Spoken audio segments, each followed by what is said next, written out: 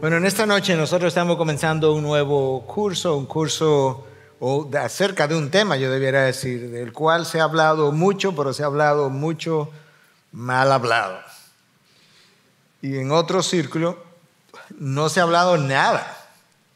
De manera que tanto el silencio le ha hecho daño a la iglesia, como lo que es el no hablarlo de una manera bíblica. Yo creo que detrás de eso también ha estado el enemigo. El enemigo tiene formas, estrategias, metodología, y yo creo que él le ha trabajado bastante bien poder silenciar a un grupo grande de hermanos, incluso que creen en la Biblia, y también le ha trabajado bastante bien poner a hablar a otro grupo, pero ponerlo a hablar lo que el hombre ha creado, imaginado, inventado, y no necesariamente lo que Dios ha revelado. Y por tanto, los únicos que hemos sido desfavorecidos en ese silencio y hablar inapropiadamente hemos sido nosotros, su iglesia. La intención de este curso es poder ver lo que es la guerra espiritual a la luz de la Biblia. Si no lo hiciéramos así, estuviéramos pecando y errando al igual que muchos otros. Y cuando hablamos de conflicto, o mejor dicho, de guerra espiritual, nos estamos refiriendo a un conflicto entre dos reinos, del cual, de ese conflicto, habla la Biblia y no poco. De hecho, la narración bíblica comienza con un conflicto de guerra espiritual y la narración bíblica termina con un conflicto de guerra espiritual. Yo no sé cómo la iglesia no ha podido ver la importancia de esto. Literalmente, la guerra comienza en el capítulo 3 del libro del Génesis, y cuando tú vas terminando el libro de Apocalipsis es cuando esa guerra está terminando con un juicio final. Eso nos da una idea que entre esos dos portalibros estamos nosotros librando la batalla. Nosotros pudiéramos pensar que no estamos, nosotros pudiéramos creer que eso no existe, nosotros pudiéramos negar la realidad de la guerra espiritual, y eso es parte de cómo la guerra te está afectando. Recuerda que en una guerra los ejércitos involucrados usan todo tipo de estrategia para ganar el conflicto, y una de ellas es distracción del enemigo. De hecho, en la guerra de Irak, la primera guerra de Irak, esa fue una de las principales estrategias. Se parquearon, por así decirlo, una serie de barcos anfibios, abrieron sus bocas, por así decirlo, simulando de que iba a haber un desembarco. Los soldados de Irak se amontonaron en la playa y no hubo un solo soldado que desembarcara por esas costas, pero perdieron concentración de fuerzas y demás en la distracción. Yo creo que eso es lo que el enemigo ha hecho. De manera que en esta noche nosotros vamos a comenzar aquí en la tierra, porque este conflicto comenzó en los cielos. Este conflicto comenzó en el momento que Satanás se revela potencialmente, quizás hasta con 1/3 de los ángeles del cielo, que hoy son demonios, ángeles caídos. El libro de Apocalipsis capítulo 12, versículo 9, si mi memoria no me falla, habla de algo, de esa posibilidad. Digo posibilidad porque no está dicho con toda claridad y no todo el mundo está de acuerdo, pero parece ser que Satanás arrastró con él 1/3 de los ángeles que Dios había creado. Pero como eso quedó en el pasado y no está aquí debajo, nos interesa más qué es lo que está pasando aquí. Y ese conflicto fue trasladado entonces aquí a nuestro planeta, y hubo un inicio de ese conflicto aquí en la tierra. Yo voy a iniciar con una definición que yo creo que es, para mí, esa definición más completa que yo he podido leer. Es de este autor, Thomas White, de un libro un libro pequeño, es una guía de guerra espiritual, y él la define de esta manera. Guerra espiritual es un conflicto multinivel entre el bien y el mal, Dios o Cristo y el anticristo, como representantes de ambos reinos. Iniciado en el plano sobrenatural con la rebelión prehistórica de Lucifer, me refería a eso hace un momento, y transferido al plano natural, aquí debajo, con la caída del hombre, debido a que Satanás es el autor e iniciador del pecado original, y ya que Él es el Dios de este mundo. Eso no es un título que nosotros le hemos dado, eso no es un título que Él se ha dado, eso es un título que la Biblia le da, el Dios de este mundo. Debido a eso, la guerra espiritual involucra una batalla constante, continua, ahora mismo está ocurriendo, y multidimensional contra el mundo. Ese mundo es un sistema de valores, no piadosos. Hay un conflicto con la carne, el pecado inherente en nuestra humanidad, y hay un conflicto con el diablo como personificación del mal. De manera que tú siempre vas a estar en conflicto con tres frentes, todo el tiempo. Y estos tres frentes están interarticulados de manera que ellos funcionan de una manera coordinada. Por eso es que el conflicto es multinivel. Está involucrado el mundo con todas sus teorías, ideas, filosofías, nuevas corrientes como la estamos viviendo hoy en día. Está involucrado Satanás mismo como la personificación del mal. Satanás como la personificación del mal con todos sus demonios que le siguen. Pero el frente más feroz, la guerra más intensa, más continua, con la que tú tienes mayores problemas, está dentro de ti. Eso ha sido así todo el tiempo y no va a parar hasta que entremos en gloria. Yo no creo que ninguno de nosotros, me imagino yo, no lo sé, pero me imagino que ninguno de nosotros ha visto un demonio para decir, wow, mira a Satanás aquí, Satanás me está hablando, este demonio me dijo anoche. Pero tu carne te ha hablado todo el tiempo. Tus deseos te han distraído todo el tiempo, te han empujado, te han hecho pecar. Muchos de nosotros estamos viviendo como una especie de burbuja quizás, o algunos de nosotros, y quizás tenemos poca exposición al mundo, aunque yo lo dudo hoy en día, que quizás tenemos poca exposición, poca influencia del mundo, pero tu carne te influencia 24/7, 24 horas al día, 7 días a la semana. Tú estás soñando y a veces estás soñando pecaminosamente. ¿Sí o no? Di la verdad. Estamos entre hermanos. Cuando hablamos de guerra espiritual, tampoco es un término que nos estamos como inventando, es semiderivado, pero está claramente expresado en la Biblia que tú estás en una lucha. ¿Ok? Efesios 6, 12, 13. Porque nuestra lucha, la palabra ahí en el original es paleo. Y esa palabra implica eso, una guerra, un combate, una lucha. No es contra sangre y carne, sino contra principados, contra potestades, contra los poderes de este mundo de las tinieblas, contra las fuerzas espirituales de maldad en las regiones celestiales. Ahí hay una serie de nombres, frases que Pablo usa, que también usa en otros lugares. Lo usa en el libro de Romanos, lo usa en otros libros y otros autores del Nuevo Testamento también, para referirse quizás, porque no está claramente definido ahí, quizás a diferentes tipos de ángeles, de seres angelicales, quizás con diferentes jerarquías. Nota que me estoy diciendo quizás, porque el texto no define que ellos tienen diferentes jerarquías, pero tendría poco sentido que todas estas cosas sean simplemente sinónimos. Contra principados, potestades, poderes de este mundo de tinieblas, fuerzas espirituales de maldad en las regiones celestiales.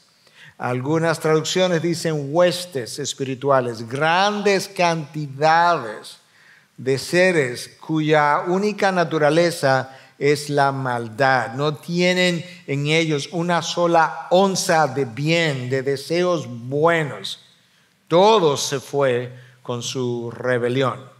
Contra ellos nosotros peleamos, pero ellos hacen su presencia o su guerra contra nosotros a través de sistemas, de valores, de filosofías, de personas usadas en el mundo y conocen nuestra naturaleza pecadora y conociéndola nos persiguen, por así decirlo, para influenciarlas.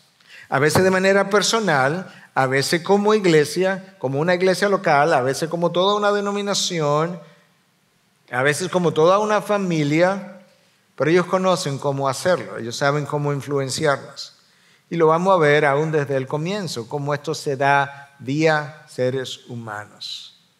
Entonces hubo una preparación del campo de batalla.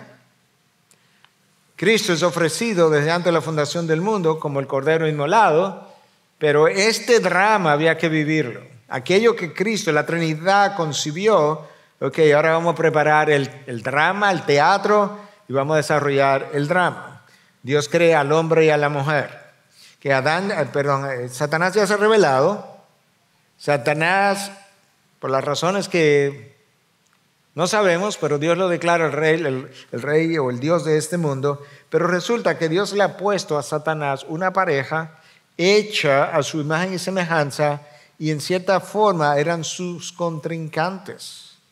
Porque Dios le dijo a esta pareja no solamente que se multiplicaran, sino que reinaran, que ejercieran dominio. Esta creación ha sido entregada a Adán como cabeza, a Eva, hechos a mi imagen. Y ¿sabes qué? Aquí hay otra gente que se ha revelado en el universo, que ya está presente, que no le gusta eso, que quisiera reinar, porque Él es el rey, Él es el Dios de este mundo, pero esta pareja fueron hechos regentes en este mundo, y detrás de esa pareja Satanás se lanza. Dios crea a Adán, lo establece como cabeza. Dios le da las instrucciones a Adán antes que Eva pudiera aparecer en el tapete, pero luego le da unas instrucciones a ambos y les llama a crecer, a ser fecundos y a multiplicarse y a llenar la tierra y a sojuzgar la tierra. La idea de Dios era: llenen la tierra de mi imagen. Yo quiero la tierra llena de mi gloria. Bueno, la mejor manera como yo puedo hacer eso es creando un hombre y una mujer a mi imagen y semejanza, permitiéndoles, llamándoles, bendiciéndoles para que se multipliquen, y cuando se multipliquen van a estar multiplicando la imagen mía a lo largo de toda la tierra, y como ellos van a reinar bajo mi dirección, pues la tierra será llena de mi gloria, lo cual es una promesa que todavía tiene que ocurrir. Pero Satanás tenía otro plan. Y Dios tenía en su soberanía una permisividad hacia lo que Satanás iba a hacer, porque él tenía propósitos ulteriores y mejores. Entonces escucha lo que Dios dice en Génesis 2, 16, 17. Y el Señor Dios ordenó al hombre: de modo, de todo árbol del huerto podrás comer, pero del árbol del conocimiento del bien y del mal no comerás, porque el día que de él comas, ciertamente morirás. En las guerras internacionalmente se supone que hay una serie de reglas de guerra o un código de guerra.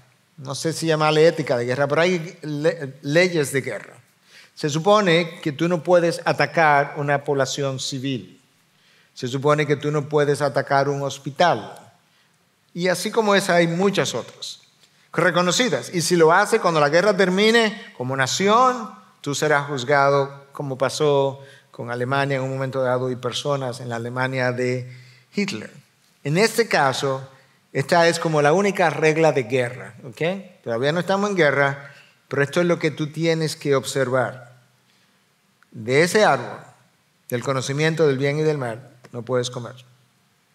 El día que comas, ciertamente, subraya esa palabra, morirás. De manera que hay una regla establecida. Resulta que en un día cualquiera, se encuentran dos reinos. Adán y Eva, que representaban el reino de Dios, el reino del bien, y Satanás, que viene a través de esta serpiente. Si Satanás se encarnó en la serpiente, no sabemos. Si Satanás usó la serpiente de otra manera que no fuera la encarnación, no sabemos. Si Satanás de alguna forma, por el poder que tenía, como que se vistió, por así decirlo, se apareció a manera de serpiente, no sabemos. El punto es que esta serpiente lo representaba completamente. Era más astuta que cualquiera de los animales del campo que el Señor Dios había hecho.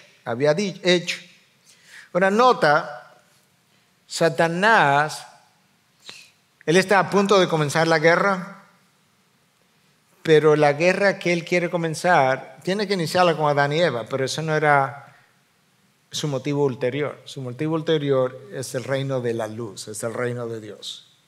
Por tanto, él viene en condiciones de paz, él viene a hablar. Él no viene a atacar a Adán y Eva, aparentemente. Él viene a conversar. Y comienza hablando con la mujer. ¿Con que Dios les ha dicho no comerán de ningún árbol del huerto? La mujer respondió a la serpiente: del fruto de los árboles del huerto podéis comer, pero del fruto del árbol que está en medio del huerto, Dios ha dicho, no comerán de él ni lo tocarán para que no mueran. Y la serpiente dijo a la mujer: ciertamente no morirán. Ahí hay problemas ya. En la conversación hay problemas. La conversación tiene una conversación de Dios distorsionada. Dios ha tenido una conversación con Adán y Eva. Adán tiene la conversación con la serpiente. Ella está ya distraída, de manera que la serpiente probablemente está pensando, ya la tengo. Porque hay cosas que Eva le quitó a lo que Dios dijo, y hay cosas que Eva le puso a lo que Dios dijo, y hay cosas que Dios dijo que Satanás está diciendo. Vamos a ver. ¿Ok? Entonces, continúa la conversación. Pues Dios sabe que el día que de él coman, se les abrirán los ojos. Satanás hablando. Y ustedes serán como Dios, conociendo el bien y el mal. Cuando la mujer vio que el árbol era bueno para comer y que era agradable a los ojos y que el árbol era deseable para alcanzar sabiduría, tomó de su fruto y comió.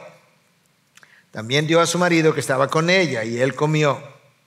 Entonces fueron abiertos los ojos de ambos y conocieron que estaban desnudos y cosieron hojas de higuera y se hicieron delantales. Ya la guerra tiene 2 muertos.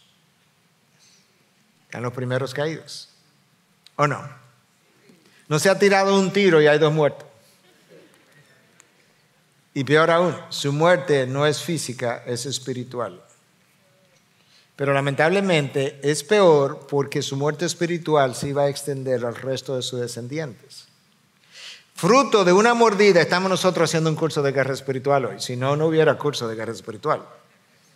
La mordida de una fruta, la mordida de algo que parece inocente. La fruta fue simplemente la prueba, en inglés dirían el test, la prueba de la obediencia a Dios. De manera que aquí vamos a dejar claramente establecido que no importa cuán pequeña es mi restricción, la criatura quiere violarla, porque la criatura no es que está interesada en saber cómo sabe la fruta. Lo que la criatura no tolera es que le pongan limitaciones, y así ocurre con tus hijos y así ocurre con nosotros que somos hijos de un padre. ¿Sí o no? Tus hijos no les gustan que tú le pongas limitaciones. ¿A qué hora llega? ¿A qué hora te va a acostar? ¿A qué hora te despierta? Si vas para el colegio, no vas para el colegio. Y a ti tampoco te gusta que tu padre te diga lo que va a hacer. Y a Adán y Eva tampoco. Y así pasó. Ok, ahora vamos a ver la tentación. Vamos a ver si podemos desenvolver esta madeja, como decimos aquí. La tentación llegó de la forma más inocente posible. Porque en el huerto, ¿qué había en el huerto? Plantas, frutas y animales. Tú no vives en un huerto. ¿Qué tú tienes a tu alrededor? ¿Cuál es tu hábitat hoy en día? Bueno, hay muchas personas. En esa ocasión Adán solamente tenía a Eva y Eva a Adán. Hay mucha tecnología. Hay mucha enseñanza. Hay muchas ofertas. Bueno, la tentación llega a través de algo que es natural de tu hábitat, de con quién tú vives, con quién tú trabajas, o con quién tú caminas, con quién tú conversas, con quién tú te encuentras, con quién tú hablas, con quién tú chateas, con quién tú ves en internet o Facebook. Ahora, el animal que Satanás escogió para traer la tentación no fue cualquier animal, no vino a través de un león, ni de una paloma. El texto, yo creo que de manera sabia, obviamente lo inspiró Dios, quiere ayudarnos a entender algo. Es que la serpiente era la más astuta, de manera que Dios nos está diciendo, ¿sabes qué? Tu enemigo no es cualquier enemigo. Tu enemigo es el más astuto enemigo que tú puedes tener. Él te conoce. Él te conoce de manera personal. Él conoce el sexo femenino y el sexo masculino. Y dentro de cada sexo, Él conoce cómo cada quien se comporta y Él sabe cuál es su mejor forma de hacerlo tropezar. El abordaje que Satanás usa, nota que en el desierto, en el Nuevo Testamento, Él se fue directamente tras Cristo, pero aquí Él no hace eso. Recuerda que Cristo no estaba casado y Cristo no andaba con alguien como su ayudante, que quizás Él hubiese usado al ayudante o a la esposa, si fuera el caso, sino que Él va donde Eva. Eva no fue que oyó a Dios directamente, fue Adán que oyó a Dios. Porque esas instrucciones de no comer del árbol se las dieron a Adán. Eva no había sido creada todavía. Las instrucciones que Eva oyó fue de ser fecundo, crecer y multiplicados, llenar la tierra y sojuzgarla. De manera que ahora Eva está en la conversación, pero nota que Eva es involucrada en una conversación vía una pregunta.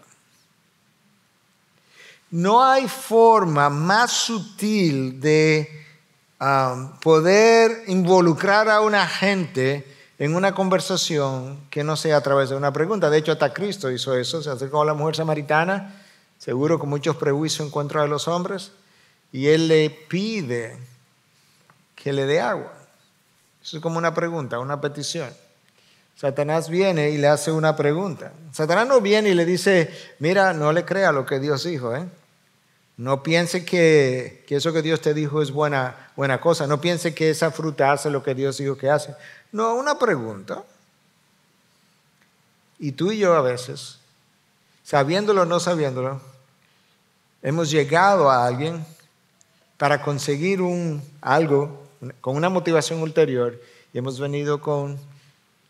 Es más, alguien probablemente alguna vez te ha sugerido cuando te decía, no, pero que yo no sé cómo hacer tal cosa. No, pero hazle una pregunta nada más. Pregúntale a ver qué él piensa. Porque la pregunta suena como que yo soy inocente o yo no sé o yo no puedo. Entonces el enemigo trae la tentación y nota que él no comenzó hablando de la fruta. Él comenzó hablando de Dios. Pues imagínate si yo soy cristiano y tú comienzas hablándome de Dios, yo creo que tú eres de los míos. No estoy tan seguro. El enemigo comenzó hablando de Dios, con que Dios ha dicho. O sea, Eva, yo no sé si Dios ha dicho eso, yo no sé qué Él te ha dicho, con que Dios ha dicho, déjame ver, Eva. Y el enemigo distorsionó la palabra de Dios. Nosotros tenemos la palabra de Dios hoy en la Biblia, ¿verdad? La distorsión de esa palabra por parte de maestros malintencionados es parte de la guerra espiritual intensa que tú y yo recibimos. Es más del jardín del Edén. Entonces el enemigo le dice, con que Dios ha dicho, no comerán de ningún árbol del huerto. Eso no fue lo que Dios dijo. Pero él distorsionó lo que Dios había dicho. Y Eva le agrega la revelación de Dios. Satanás la distorsiona y Eva le agrega, le dice, no, lo que Dios dijo fue que no comerán de él, del conocimiento el árbol del conocimiento del bien y el mal, ni lo tocarán. Dios no habló de que no lo podían tocar. Ustedes quizás llegaron a la conclusión que para evitar la tentación lo mejor era no tocarlo. Está bien, pero no le agregues a lo que Dios no ha dicho. Hace poco, hace unos meses alguien me escribió porque yo cité un versículo de la Biblia y entonces puse unas palabras en negritas, las resalté y en paréntesis puse énfasis agregado y entonces él me escribe que para qué yo puse énfasis agregado. Y yo le dije, porque las palabras en la Biblia no están en negritas y debe quedar claro que lo que Dios no hizo, no reveló, no dijo, tiene que estar claramente definido. Y él incluso me escribió para atrás dándome las gracias, que nunca había sabido, qué bueno que aprendió algo. Sí, o sea, la palabra de Dios es la palabra de Dios como está revelada. De manera que el ni lo tocarán no iba.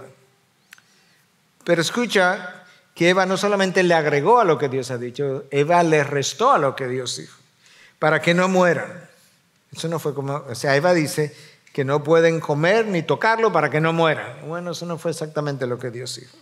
Dios dijo, porque el día que de él comas, ciertamente morirás. Eso no es lo mismo, y que para que no mueran. No, no te lo comas porque a lo mejor te muere, pero a lo mejor no. No, Dios le dice, no hay chance de que tú te lo comas y no mueras. No es que pudieras morir, no, es que no tienes chance de salir con vida. Pero nota lo que el enemigo hace. El enemigo toma la palabra que Eva no pronunció, que Dios sí pronunció, y él la pronuncia, pero la tuerce. Eva, oye cómo es, ciertamente no morirán. El ciertamente ahora de Satanás. El ciertamente que Eva dejó afuera, que Dios sí dijo, ahora Satanás se lo apropió para él. Eva no. A Eva le suena familiar la conversación porque ella oyó un ciertamente, pero y ahora Satanás usa ciertamente también. Ciertamente no morirán. Satanás ha comenzado a socavar la confianza en el carácter de Dios. Porque si Dios ha dicho una cosa que no es, y sobre todo cuando el enemigo dice, mira Eva, la realidad es que mira cómo es. Se te van a abrir los ojos y ustedes serán como Dios, conociendo el bien y el mal. La tentación trae consigo lo que parece una bendición. Porque ¿quién no quiere ser como Dios? ¿Tú no quieres ser como Dios? De hecho, esa es nuestra promesa. Nuestra promesa es que seremos como Él es. No seremos Dios, pero seremos como Dios. Seremos como Él es. Pues claro, esto suena como algo que yo debo desear, aun si yo no lo deseara. Y el texto dice que Eva vio el árbol, que era bueno. La tentación está entrando por los ojos. Y que Eva entonces vio que era deseable para alcanzar sabiduría. Vio. ¿Ok? De la fruta. Yo no sé cuánto tiempo la vio, pero de alguna manera la fruta le atrajo, el color, el olor. Nuestras tentaciones entran por los sentidos. Todos. O tú ves, o tú oyes, o tú tocas, o tú saboreas. Llega a un lugar que llamamos cerebro, donde se articulan las ideas, pero entran por los sentidos. No tiene otra manera de entrar. Y por tanto, yo tengo que cuidar lo que veo, lo que oigo, lo que toco, lo que experimento, donde pongo mi boca, mis labios. Y Eva, habiendo ya sido involucrada en la conversación, concluye erróneamente. Una de las peticiones de oración que el pastor Luis puso ahí entre las 10 que escogimos como grupo de pastores en el día de ayer, decía sabiduría y discernimiento. La mayoría de tus problemas, la mayoría de mis problemas, la mayoría de los problemas de la iglesia, la mayoría de los problemas de los hijos de Dios han venido, están viniendo y seguirán llegando primordialmente por una falta de sabiduría y de discernimiento. Si tú y yo supiéramos bien y discerniéramos bien, nosotros estuviéramos escogiendo bien. Eva concluyó erróneamente. Vio el árbol, se sintió tentada, atraída, dijo, esto me da sabiduría. No, Eva, esto te trae la muerte. Eso fue lo que Dios dijo. Sin embargo, Eva prontamente silenció la voz de Dios, le prestó atención a la voz de Satanás por una razón, porque nosotros vamos a ser beneficiados. Ese es el problema, que la tentación a nosotros nos hace caer porque a mí me trae un beneficio, lo que yo entiendo un beneficio. Lo que yo entiendo es algo que me agrega. Es una experiencia que no he tenido, es una experiencia que yo voy ahora a tener. Que se me abran los ojos y sepa la diferencia entre el bien y el mal, es una nueva experiencia. Sí. El problema es que no todo lo nuevo es bueno y no todo lo viejo es malo. Entonces nota ahora qué pasó. Eva dio a su marido que estaba con ella y él comió. La razón por la que yo puse ahí arriba que Adán no supo estar firme es porque, no lo vamos a ver ahora, clases más adelante lo vamos a ver.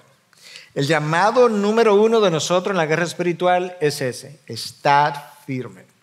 Así comienza el pasaje de Efesios 6, y en 6 del 10 al 20, 3 veces a nosotros se nos dice: y estad firmes, y estad firmes, y estad firmes. Y a lo largo de todo el Nuevo Testamento, incluyendo el Antiguo Testamento, de forma reiterativa a nosotros se nos llama a estar firme en la fe, a estar firme en la doctrina, a estar firme en la palabra, a estar firme en el Espíritu, estar firme. Y eso es como Efesios 6, del 10 al 20, el pasaje que mejor describe la guerra espiritual, comienza y termina. Estar firme. Adán no supo lo que es estar firme. Y la razón por la que ese es el llamado número uno de nosotros es porque en la guerra espiritual, primordialmente, a mí no se me ha llamado como a ir avanzando, a mí se me ha llamado a permanecer en una posición que Dios me entregó. Quédate ahí, no te muevas. Y por tanto yo tengo que estar firme en lo que yo sé, en la doctrina, en la palabra, en el carácter de Dios. No te muevas. O sea, preserva la posición que yo te he entregado. En el caso de Adán y Eva, preserva el planeta.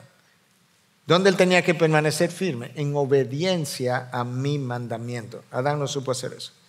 Adán se dejó inducir por su esposa. Pero notaste, ¿quién es el instrumento de caída de Adán?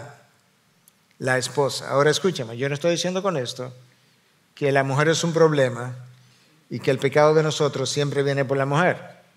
Porque al día de hoy, lamentablemente, yo creo que el sexo masculino es más problema que el sexo femenino, en su falta de liderazgo y en inducir incluso a su esposa a pecar, y no solamente en inducirla a pecar, que sería como la parte negativa de una manera, pero en no contribuir a ella a santificarse, que sería la parte positiva que no está haciendo.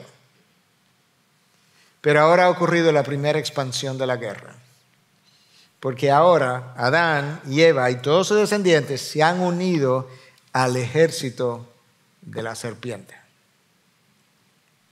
Lo que comenzó como Dios con Adán y Eva y los ángeles de Dios, ahora es los ángeles de Satanás, los ángeles caídos, Adán y Eva y billones de personas a lo largo de miles de años. Terrible. Porque eso es donde nosotros nos encontramos en el día de hoy. Entonces, ¿cuál es la meta del enemigo? Escúchame, la meta del enemigo es cambiarte. Y él va a tener una meta en términos de por dónde que voy a comenzar a cambiarte. Y eso siempre va a ser así. Lo que el enemigo hace es cambiarte tu forma de pensar. Una vez él cambia tu forma de pensar, él te tiene, seguro. En este caso, fueron abiertos los ojos de ambos y conocieron que estaban desnudos y cosieron hojas de higuera y se hicieron delantares. Eva cambió su forma de pensar. La fruta es buena, la fruta me bendice, me da sabiduría. Cambió su forma de pensar. La fruta no me va a matar, al contrario, me va a hacer como Dios. Una vez tú cambias la forma de pensar, tú cambias la forma de vivir. Esa es la razón por la que la palabra de Dios insiste que nosotros tenemos que, ¿qué cosa? No nos dejemos moldear por el mundo, más bien que seamos transformados por la renovación de nuestra mente. Si Dios cambia tu mente, tú comienzas a caminar en los caminos de Dios. Si Satanás cambia tu mente, tú caminas en sus caminos. De manera que esa es la meta. La meta es la mente. El campo de batalla es la mente. Para Dios y para Satanás. Ahí que vamos a guerrear. Yo necesito una mente bíblica y Satanás dice, yo necesito una mente diabólica. Yo necesito una mente iluminada por mi palabra, yo necesito una mente oscura. Yo necesito una mente piadosa y yo necesito una mente pecaminosa. Y al final, para usar esta expresión, aquellos que habían sido creados a imagen y semejanza de Dios, para que fueran el espejo de Dios, que reflejan su imagen, resulta que el espejo de Dios rechazó a Dios. Esa expresión no es mía, pero me gustó. Es de este autor, Grant Horner, que escribió un libro. Bueno, él es el editor de un número de otros editores, de un libro que se escribió que se llama ¿Qué pasó en el jardín? What Happened in the Garden. Todo un libro dedicado a eso. ¿Qué fue lo que pasó Y él dice, de una forma poética, pero me pareció muy buena, que el espejo de Dios rechazó a Dios. Imagínate que tú te levantes en la mañana, te ponga el espejo y tu espejo te diga, tan feo. Muéveme de ahí que no quiero reflejarte. Es como una ilustración. Dios no tenía espejo ahora en la tierra. Y Él nos está haciendo a su imagen porque Dios quiere un espejo. El universo cuenta la gloria de Dios todos los días. ¿Sabe lo que el universo hace? Que Dios despliega su gloria y como espejo de lo que Él es, Él le devuelve a Dios toda la gloria investida en Él, como reflejo. Eso es lo que tú y yo debiéramos hacer. Debemos procurar hacer.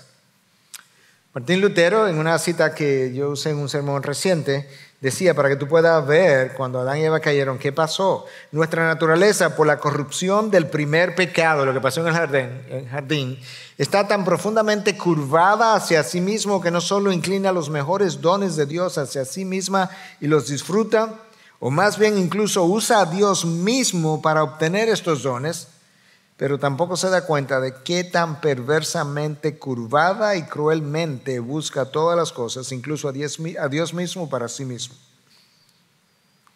La naturaleza está tan mal, tan caída, que no se da cuenta lo perversamente que busca a Dios para sus propios propósitos, fines, disfrutes.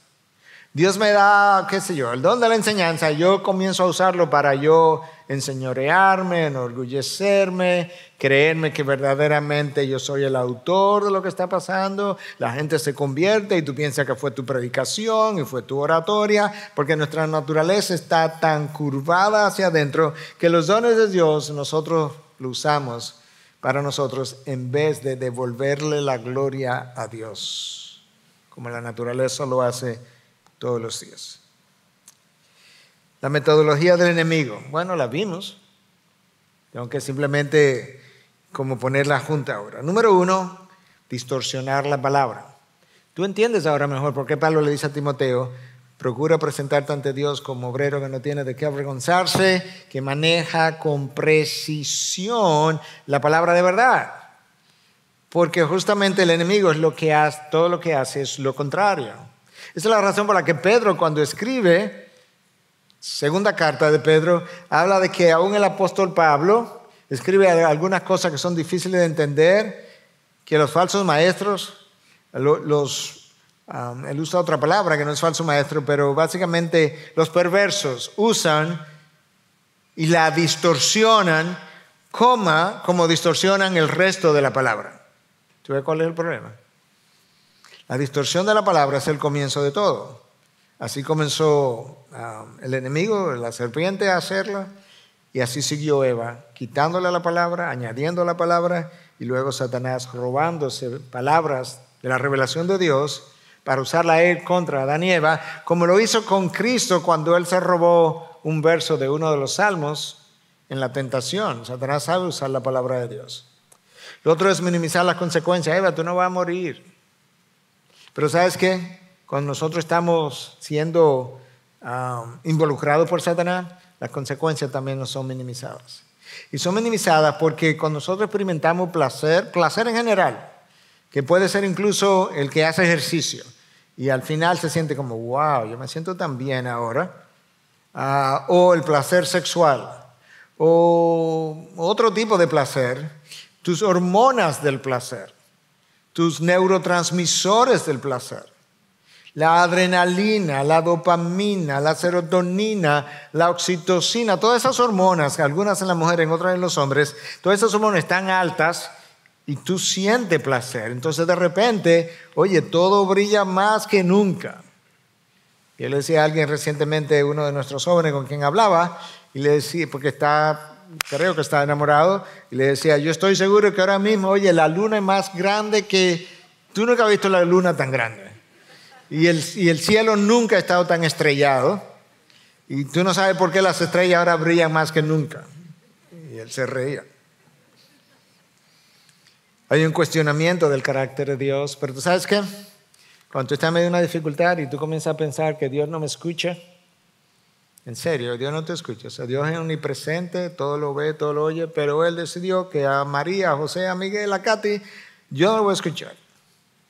Dios como que no se está acordando de mí, en serio. Yo voy a tener que hacer esto porque Dios nos está ocupando.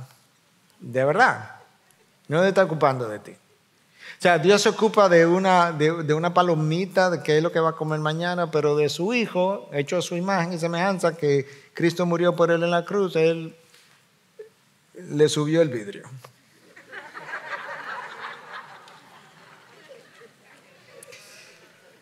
Eso es cuestionamiento de su carácter. Hermanos, saca eso de tu cabeza. O sea, esas ideas negativas, contrarias a la naturaleza de Dios, tú tienes que sacarlas de una vez y para siempre. No importa si tú te estás hundiendo, lo que tú pienses mal del carácter de Dios viene del puro infierno, no viene del cielo. Amén. Gloria a Dios. Y el enemigo te hace pensar que esa tentación es una bendición. Pastor, mire, yo no andaba buscando eso y llegó así. Eso tiene que ser de Dios. La serpiente llegó así también.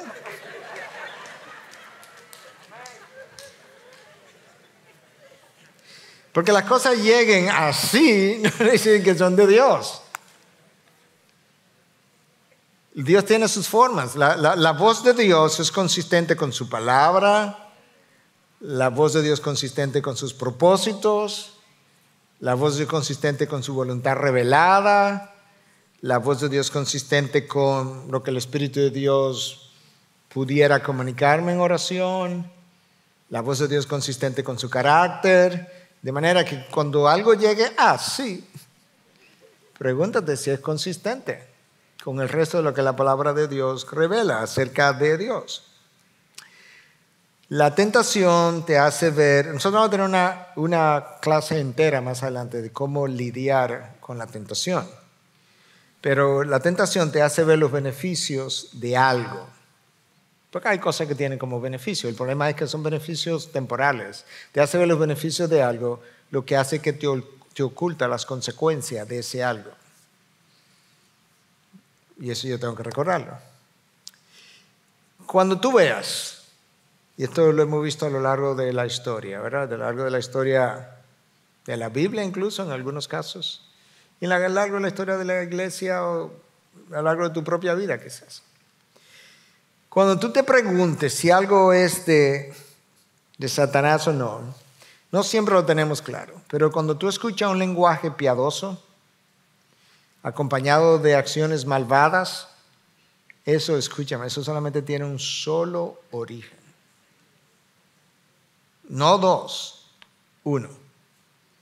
Porque ni nosotros sabemos hablar tan bonito, piadosamente, y tener estas acciones malvadas. El enemigo sí. El enemigo es el que viene. Eva, con que Dios ha dicho. No, Eva, ciertamente tú no vas a morir. Se te abrirán los ojos. Serás como Dios. Yo me imagino el susurro de esa serpiente. Se te abrirán los ojos, Eva. Y serás como Dios. Wow. Oye, esa voz hasta piadosa sonaba. Adán tiene que ser de Dios, porque mira, nosotros no andamos buscando ser como Dios. Y mira cómo lo trajo esa oferta. La oferta puede venir a través de alguien bien intencionado.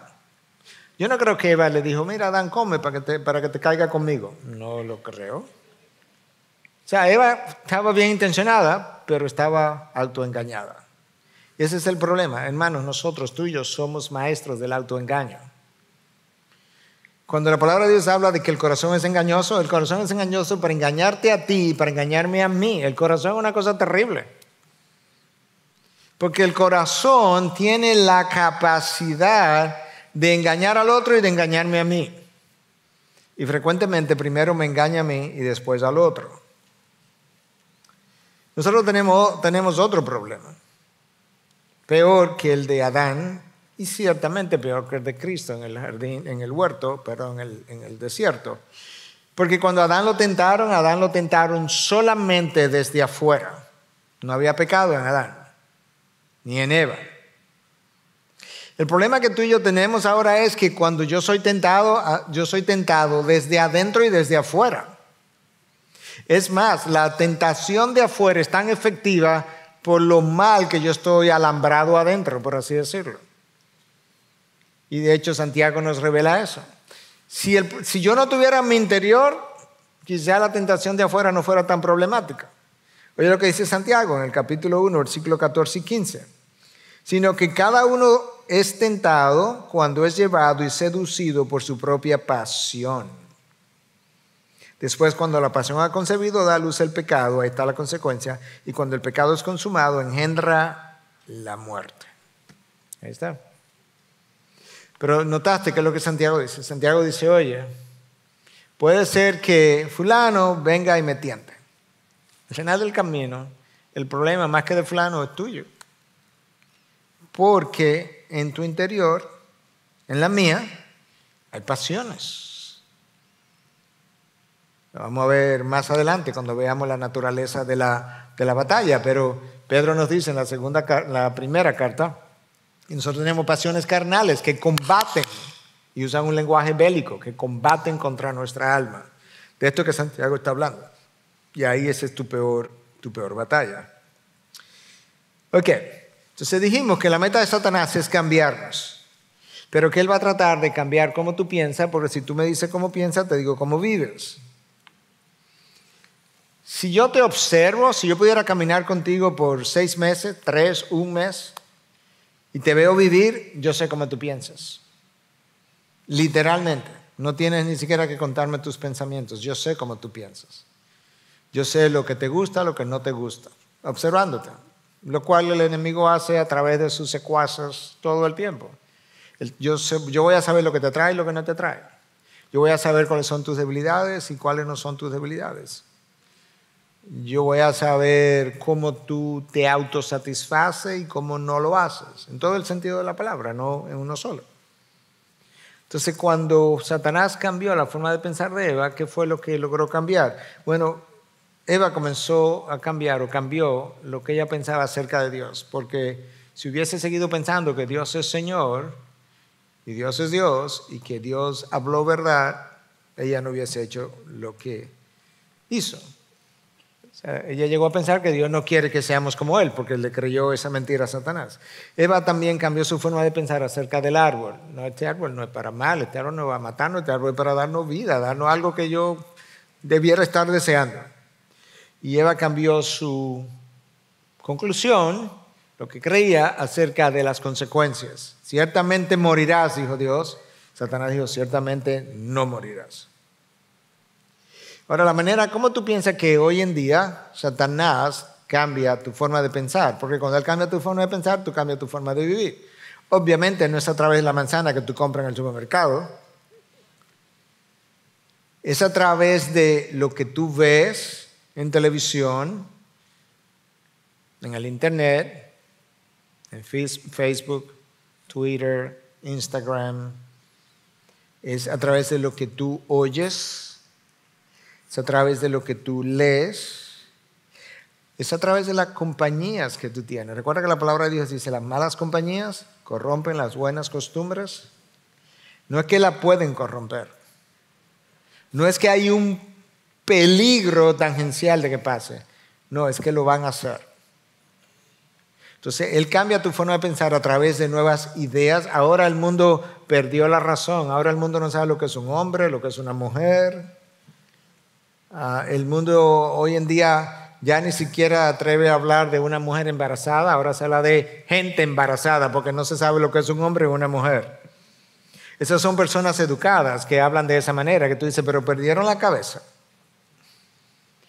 Eso es como Satanás ha ido logrando cambiar tu mente. Mientras tú más te expones a una forma de vida, a un vocabulario, a imágenes, más va cambiando tu mente. Y déjame decirte algo, he estudiado incluso. El problema de las imágenes es que las imágenes entran tantas y tan rápidamente a tu mente que tus imágenes ni siquiera son filtradas por la conciencia. Tus imágenes llegan al cerebro en múltiples dimensiones, por así decirlo, y tu conciencia ni siquiera se enteró. Porque llegaron tan rápida que tú ni siquiera pudiste digerir. Cuando tú te sientas a hablar con alguien y escucha y no interrumpe y del otro tú lo estás escuchando, tu conciencia está procesando la conversación y tú la vas filtrando. Y luego tú devuelves y la otra persona se calla y te escucha y tu conciencia está activa, filtrando, diciendo, no, eso no suena bien, eso no, esto sí, esto no es de Dios. Esto. Cuando tú estás viendo imágenes, no, tú no estás viendo eso. Y de repente las imágenes le van diciendo al ser humano, sobre todo a los más jóvenes, pero a nosotros nos los hacen igual, pero esto no es tan malo. Mira esta persona que conviven dos hombres, y mira en esta película, mira, la verdad que yo sé que Dios dice que eso está mal, pero mira, esas dos gente eran el uno para el otro y eran fieles y se cuidaban el uno al otro. Es más, mira, yo sé que está mal, pero mira, esta gente incluso se llevaron mejor que muchos matrimonios. Es más, fulano, hasta mejor que tú y yo. Poco a poco las historias van cambiando cómo tú sientes con relación a algo que Dios ha revelado que está mal. Proverbios 23:7, tal como el hombre piensa en su corazón, así él es. Entonces, corrientes de pensamiento. Es una de las formas como te cambian. Oye lo que dice la palabra en Colosenses 2:8. Miren que nadie los haga cautivos por medio de su filosofía y vanas sutilezas, o cosas inofensivas aparentemente, según la tradición de los hombres, conforme a los principios elementales del mundo y no según Cristo. Entonces es una forma de cambiarte, corriente de pensamiento. Otra forma de cambiarte a través de personas. 1 Corintios 15:33, ya lo mencioné, no se dejen engañar, las malas compañías corrompen las buenas costumbres. Satanás logra cambiarte por medio de este mundo. Aquí está, Romanos 12:2. Y no se adapten a este mundo. Entonces, corrientes de pensamientos representadas en la palabra, personas representadas en la palabra, el mundo representado en la palabra, tú puedes ver cómo es que ocurre. La palabra de Dios en el Antiguo Testamento, de manera de ilustración de lo que acabo de decir, habla de un rey, el rey Usías, gobernó por 50 años. Hizo lo bueno delante de Dios. Trajo una reforma, de hecho, al pueblo de Israel. Pero cambió su forma de pensar. Cuando cambió su forma de pensar, cambió su forma de vivir. Escuche. Hablando de Usías. Pero cuando llegó a ser fuerte, su corazón se hizo tan orgulloso que obró corruptamente. Bueno, cuando tú te haces orgulloso, tú has cambiado tu forma de pensar. De repente tú piensas que te mereces las cosas. De repente tú piensas que tú mereces el crédito o el aplauso. Yo fui el responsable del avivamiento. No sé qué Usías estaba pensando, pero se volvió orgulloso y entonces obró corruptamente. Tú primero cambias la forma de pensar y luego tú obras corruptamente. Y fue infiel al Señor su Dios, pues entró al templo del Señor para quemar incienso sobre el altar del incienso. Hizo lo que él sabía que estaba prohibido. Pero para él hacer eso, el primero se llenó de orgullo, luego el orgullo lo convenció de que él tenía el derecho, el mérito, no sé, las dos cosas para poder hacer esto. Y entonces obró perversamente. La caída de Adán y Eva nos afectó profundamente. Y yo mencioné, creo que esta cita también en un sermón reciente, porque le he estado dando mucha vuelta en mi mente a esto de la guerra espiritual y le he dado mucha mente en mi mente a la anatomía del pecado, le he dado mucha mente en mi mente en mi propia vida, cómo eso ha actuado. Entonces, esta cita es de Grant Horner, otro de los autores de este libro que pasó en el jardín, y él dice lo siguiente: la caída afectó tan profundamente a Adán y Eva y a sus descendientes que nosotros no solamente perdimos la habilidad de conocer a Dios, sino que perdimos nuestra habilidad de conocer que nosotros perdimos nuestra habilidad. Voy a parar un momentito. No es simplemente que perdimos la habilidad de conocer a Dios, es que yo la perdí y yo no me di cuenta que yo la perdí. Yo no me di cuenta que yo no puedo conocer a Dios en la caída. No me di cuenta que eso no estaba conmigo. Nuestra ceguera espiritual, que cambiamos por la perfecta visión que teníamos en el Edén. En el Edén ellos tenían perfecta visión. Después de la caída quedaron con ceguera espiritual. Eso nos ha dejado a nosotros tan ciegos que nosotros creemos que vemos. Alguien decía que el cerebro es una máquina con la que tú crees que tú piensas. Con la que tú piensas que tú piensas, para repetir la palabra. Es una máquina con la que tú piensas que tú piensas. Tú piensas, pero piensas mal. La única razón por la que el cerebro puede llevarse a pensar bien es cuando el cerebro es llevado a digerir la palabra y a ver a través de los lentes de Dios, que es la Biblia. Cada vez que yo analizo, que yo veo, que yo hago, que veo un paciente, que hago una transacción, que leo una noticia, que veo una película y no la veo a través de los lentes de Dios, lo que yo haya concluido vía mi cerebro está mal concluido. Porque lo único que a mí me lleva a concluir correctamente es que yo haya obligado a mi cerebro a pensar con la palabra de Dios, con la verdad de Dios, y eso requiere ponerme los lentes de la palabra. De manera que yo pueda continuamente comparar lo que estoy viviendo, oyendo, haciendo, hablando, con lo que la palabra dice que yo debería estar viviendo, haciendo, oyendo, hablando. Pero estamos tan ciegos que pensamos que lo estamos haciendo bien. La idea que nosotros tenemos de que nos creemos que tenemos la razón es tan foránea, tan extraña a la Biblia. Porque si hay algo que la Biblia continuamente nos enseña, es que primero, como raza humana, raramente nosotros tenemos la razón. Como raza humana. Y luego, en las conversaciones o en conflictos, puede ser que uno tenga la razón versus el otro, pero la realidad es que ninguno de los dos está viendo lo que está ocurriendo como verdaderamente es, porque eso solamente lo ve Dios, literalmente hablando. Entonces, cada vez que yo pienso, no, que yo tengo la razón, Dios de aquí arriba te dice, bueno, tú tienes la razón en esta forma como tú lo estás viendo. Si tú lo vieras de aquí arriba, tú te darías cuenta cuán pecaminoso es la razón que tú tienes. En otras palabras, para poderlo ilustrar, cada tú y yo entramos en conflicto, yo puedo tener la razón, claro, yo siempre. Yo puedo tener la razón, pero es tan orgullosamente como yo lo estoy filtrando, sintiendo, haciéndoselo ver, que Dios me dice, oye, tú puedes tener la razón, pero tú estás tan equivocado en cómo tú tienes la razón, que tú ni razón tienes. ¿Me estoy dando a entender? O sea, nosotros tenemos estos orgullos de que tenemos la razón, como que si tener la razón es que tengo a Dios agarrado por un pie.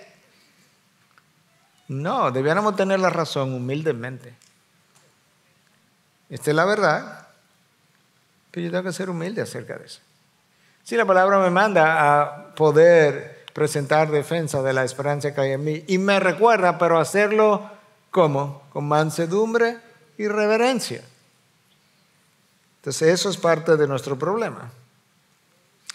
Ok, entonces la mente quedó entenebrecida, 2 Corintios 4:4. Romanos 8:7 nos dice que la mente puesta en la carne no se somete a la ley de Dios, ni siquiera puede. O sea, la mente quedó inhabilitada de someterse a Dios. No es dificultada en someterse a Dios, inhabilitada en someterse a Dios. Dios tiene que venir y hacer algo. La voluntad quedó establecida, de eso hemos hablado en otras ocasiones, 2 Timoteo 2, 25, 26, que trate con mansedumbre a los que se oponen, por si acaso Dios le concede el arrepentimiento, si escapen del diablo que lo tiene esclavizado para hacer su voluntad. Y el corazón endurecido. Bueno, imagínate ahora. El corazón de piedra, la mente oscura y la voluntad esclavizada. ¿Para dónde vamos? Pero tenemos la razón. Pero yo sé lo que hago. Yo no necesito a Dios. Pero ¿tú crees que Dios se mete en todo? Bueno, ¿cuándo Dios se ha salido de algo?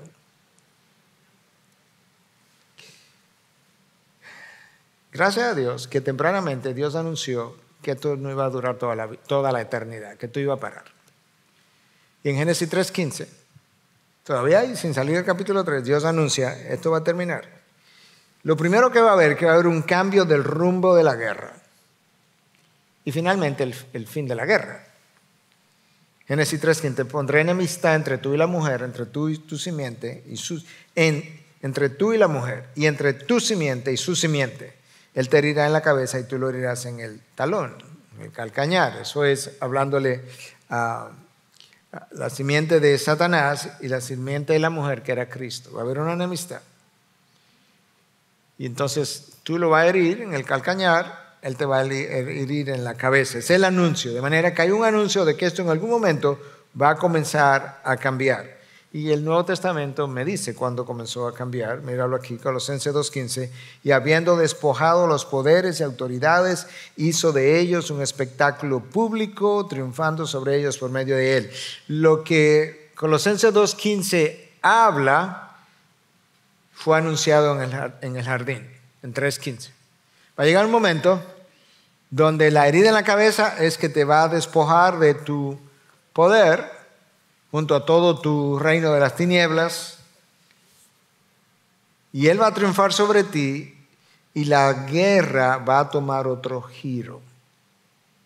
La razón por la que eso es importante, porque cuando tú lees el Nuevo Testamento, sobre todo importante en esta generación que ha hecho de Satanás una cosa que no es y ha vivido amedrentada por Satanás, pero cuando tú lees el Nuevo Testamento, prácticamente en todos los pasajes, dije prácticamente porque no puedo estar seguro uno por uno, pero prácticamente en todos los pasajes, cuando se refiere a Satanás, de alguna manera la relación que establece es de alguien que está derrotado. ¿Okay? No es alguien que está triunfando, no es alguien que está derrotado. O está derrotado, o terminará derrotado, o va a ser infructuosa lo que está tratando de decir. Siempre está en una posición de desventaja, incluyendo en el desierto con Cristo. Él le ofrece el reino de este mundo y él parece estar como a la par con Cristo, pero al final quien triunfa es Cristo. O sea, él nunca triunfa. Ahora, ¿cuál tú piensas que fue como el contraataque que Dios trajo al reino de las tinieblas? Tú pensarías que sería como Cristo acompañado de sus ángeles. No, ese no es el contraataque, ese es ya el juicio final para llevarlo al lago de fuego. El contraataque es con nosotros. Nosotros somos la fuerza de choque. ¿Sabe cuál es el contraataque? La gran comisión. Ese es el contraataque. Ir por todo el mundo y hacer discípulos. Predica mi evangelio. Estos rebeldes que están aquí en la tierra, hay que llevarlos de rebeldes a adoradores. Y hay una sola forma de hacer eso, es predicando el evangelio. Y hay una sola forma de hacer eso, es que tú vayas. Porque ¿cómo van a escuchar si no hay quien le predique? ¿Y cómo van a predicar si no hay quien los envíe? Entonces, ¿quién es que lo van a enviar? Ustedes. ¿Y quiénes son los que van a ir? Ustedes también. De manera que hay enviadores y enviados. Gracias. Iba a decir idores. Gente que va. Hay enviadores y enviados. Pero la fuerza de choque somos nosotros. Esto que estamos comenzando hoy como un tiempo de ayuno y oración es parte de la fuerza de choque. Nosotros estamos viviendo tiempos difíciles. Tiempos donde la palabra declara que la oscuridad ha ido avanzando. Ciertamente la luz ha ido avanzando en los terrenos donde se predica, pero ¿sabes qué? Donde hay oscuridad, la oscuridad es más densa. Al mismo tiempo, hay una luz que va avanzando. Es como si la oscuridad se fuera replegando y como se va replegando se va haciendo más densa y más densa y más densa. Pero nosotros somos la fuerza de choque contra el reino de la tiniebla. Oye lo que dice Romanos 13:12. La noche está muy avanzada y el día está cerca. Por tanto, desechemos las obras de las tinieblas y vistámonos con las armas de la luz. ¿Cuáles son las armas de la luz?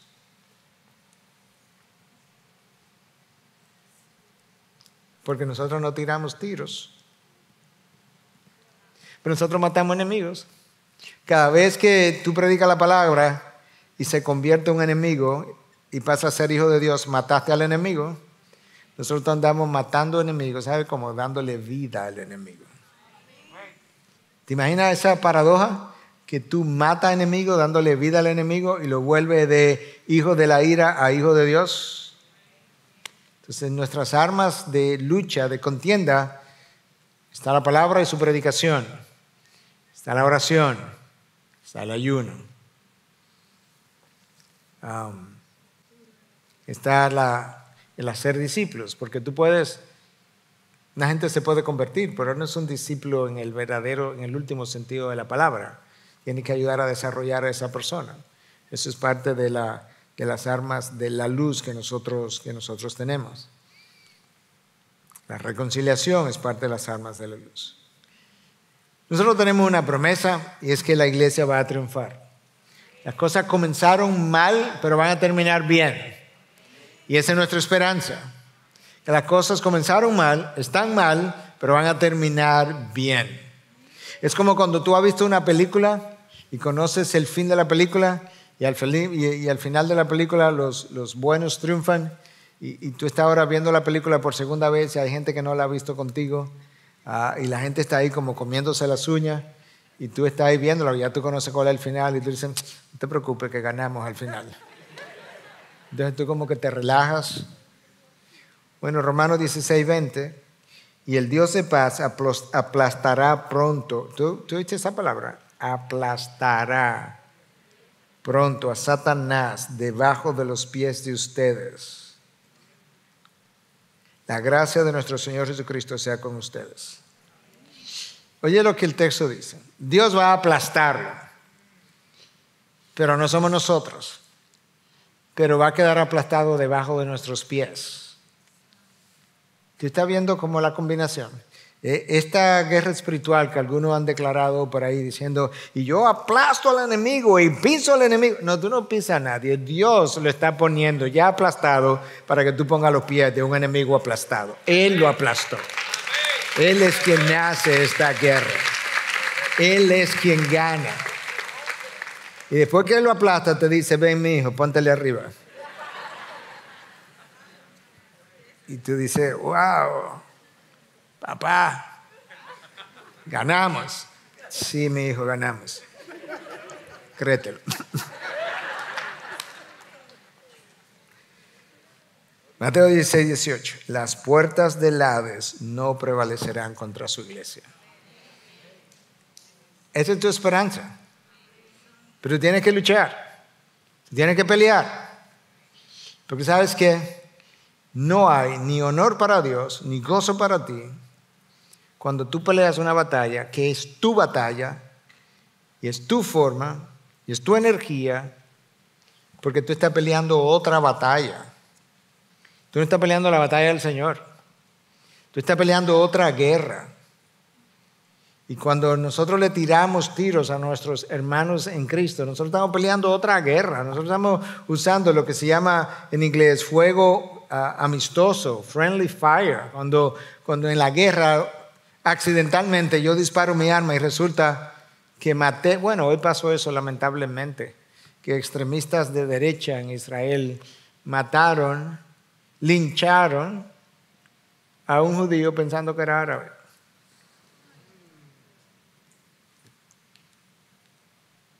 Eso es el equivalente cuando tú le disparas a tus hermanos en Cristo.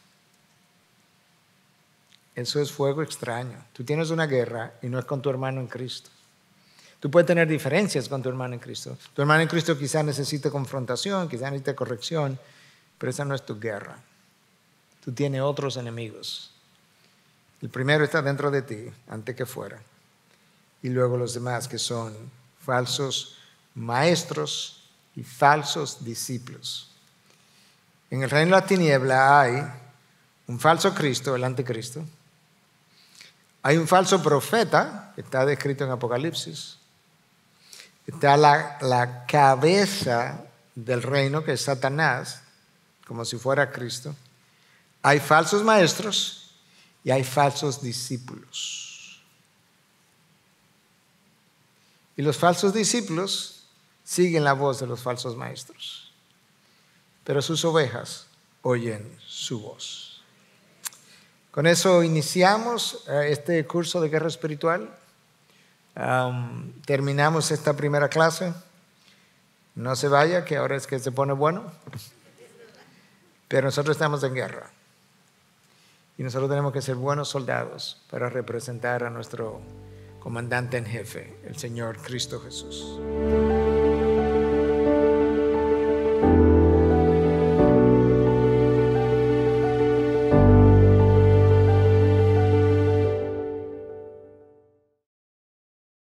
Gracias por acceder a este recurso. Espero que haya sido de gran bendición para tu vida.